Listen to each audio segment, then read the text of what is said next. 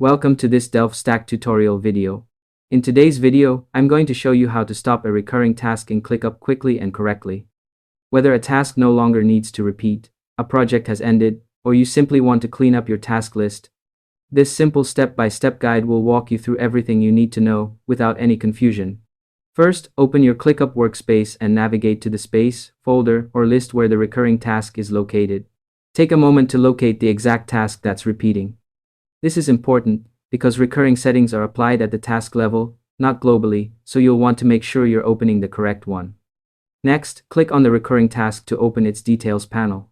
Once the task is open, look for the due date field near the top of the task window. Go ahead and click directly on the due date. This will open the date selector, where all scheduling and recurring options are managed in ClickUp. Now, inside the date selector, look toward the lower left corner and click on the option labeled Recurs.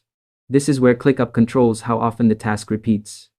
When the recurrent settings open, you'll see different repeat options like daily, weekly, or custom schedules. From this list, select Don't Recur. This instantly stops the task from repeating in the future.